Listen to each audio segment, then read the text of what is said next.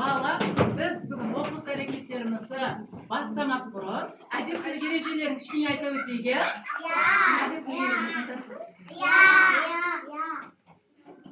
Үстел және орындық сен үшін емес, жатақ, иық пенен кеудеңді отырғанда. Жауабың дайын ба? Шулама, жай ғана. Жарайсыздар. Ендеше балалар, менің қолымдағы не? Ақша! Я, ол Қазақстан Республикасының ұлттық валютасы, я? Оны ақша дейміз. Біз ақшамен не істей аламыз? Жейтін нәрсе аламыз. Киім аламыз, ойыншық аламыз. Барлық нәрселерді ақшаға сатып аламыз.